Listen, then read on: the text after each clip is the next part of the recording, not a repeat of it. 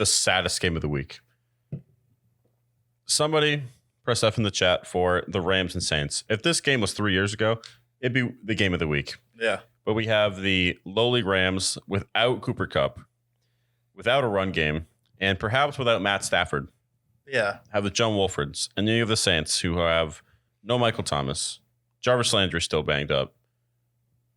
Alvin Kamara has been underperforming. This game is a snooze fest.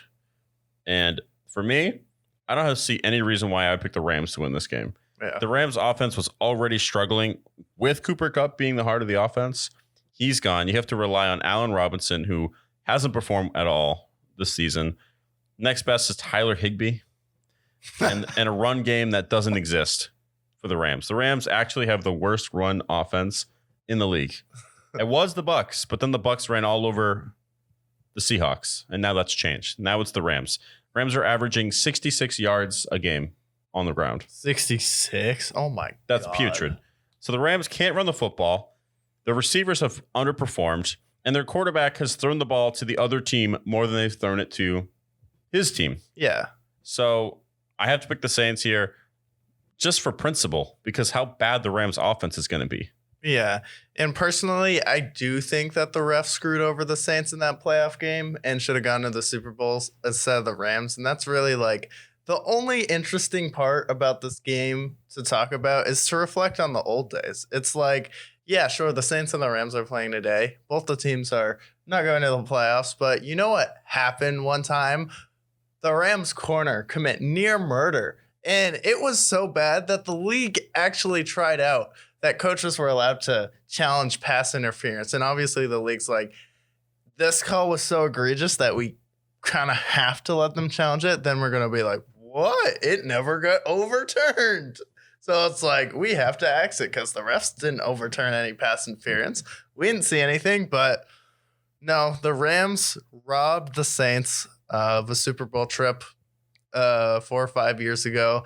We should have had Drew Brees versus Tom Brady. Instead, we get the most boring Super Bowl in NFL history.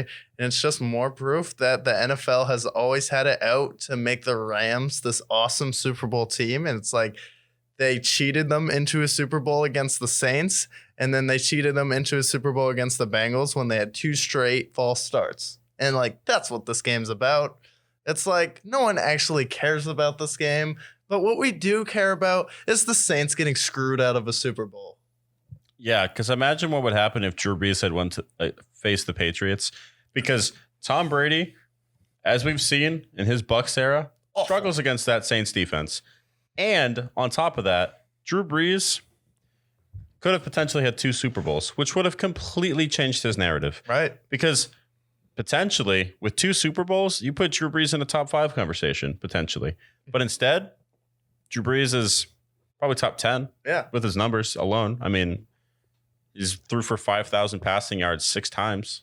No, and he would have won 2 Super Bowls, and those Super Bowls would have been against Peyton Manning with the Indianapolis Colts and Tom Brady with the New England Patriots, which would have been insane on its own. So then you have to put him in legitimate, is he better than Peyton Manning?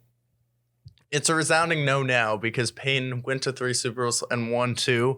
And a lot of people just like Peyton better than Drew Brees. But stats-wise, there's still an argument, and you can make a case that Drew Brees is better than Peyton. But if he went to that Super Bowl and won, hell yeah, he's better than Peyton Manning. And hell yeah, he's better than Aaron Rodgers. Now it's like, well, you and Aaron still have the same amount of Super Bowls. And now Big Ben even went to 3 Super Bowls and won 2. So now it's like, you only won 1. And you got cheated out of it just because of an awful call. One of the worst calls in NFL history. Probably the worst call, I would say. I think it's safe to say that's the worst call in NFL history because that's the only call. If you think of like, what's the worst call in the conference championships? Like, oh yeah, remember that guy tackling the receiver before he got the ball? Yeah. Yeah. That was a game where like I saw